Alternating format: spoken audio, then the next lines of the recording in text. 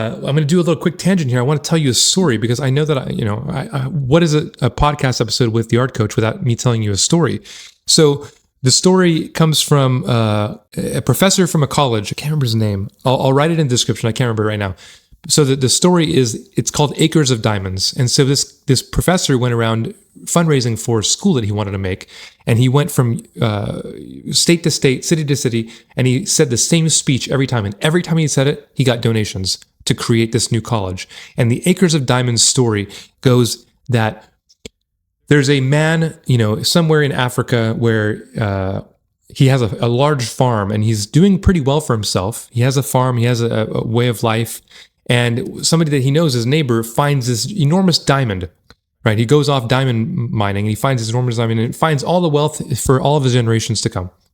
Well, the man sells his farm and sells everything, takes all of the money and puts everything into traveling all over Africa to try to find the giant diamond that'll set him free. That'll set him free financially, okay? He does this for years, for decades, until his last penny is gone. And what happens next? He, after everything is said and done, throws himself into the river, gives up, and dies because he couldn't accomplish his goal. Now, you look back at the person who bought the farm from him, and there's a stream that's going through the farm. And inside that farm, the new owner found this enormous stone that was kind of odd-shaped.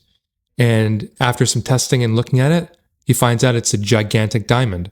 So essentially what the story is telling you, and I know that this is probably the very literal interpretation of this story is that, okay, obviously, if he had just stayed where he was, he would have eventually found the diamond. That's the very surface level interpretation. But what it's actually saying is that if you see the home as the place where you are, right? So that was his home. The initial farm was his home. And the home is where your center is. And so the center of you has the potential to expand and express the value of a diamond. It has the ability to find the diamond within. And what this person does is they go out and they seek.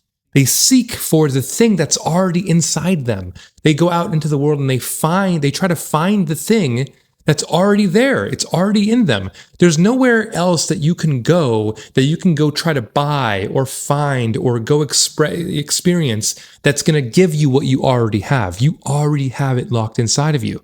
And so it's actually really similar to The Alchemist. If you read the book The Alchemist, he goes on this huge journey and he finds out that the dream that brought him back to where he originally was as a shepherd is where he found the treasure that he was always looking for. And so this archetype is repeated in many stories because it's trying to tell you that inside the home is your body, the home is you, it's inside your vessel, right? It's not the actual building, the structure of where you are. That's just a representation, an archetypal and symbolic representation of you. And so the idea is that you, wherever you go, there you are. And so if you go to another part of Africa or you go to another part of the world to try to find the diamond, to find the treasure, it's not there. It's inside you. You have the ability to express out all of the potential that's inside of you if you act on the ideas that are given to you, the ideas that are shown to you through whatever means. If you use your body and your creative and intuitive language, your visual language, to express out your experience and your ideas, then you'll find the diamonds within you, right? And this isn't just an artistic thing. This is for anything. If you're an entrepreneur, a doctor, a lawyer, whatever it is, if you want to be the best version of that person, the best person in the field, the expert at the very top level, you don't go out into the world trying to find a way to become that. You become that by doing the work within yourself. You study, you read, you learn, right? And all of that can happen here, especially now with the smartphone, with the internet, with computers, with Wikipedia, for God's sakes, with everything, with YouTube. You can literally type in any subject you want and you can have all of the information handed to you for free. And so you can go and say, oh, I need to go to an art school in Paris, or I need to go do this over there. I need to go do this over there. It's all locked inside of you. It's all already there. The potential is in there. Okay.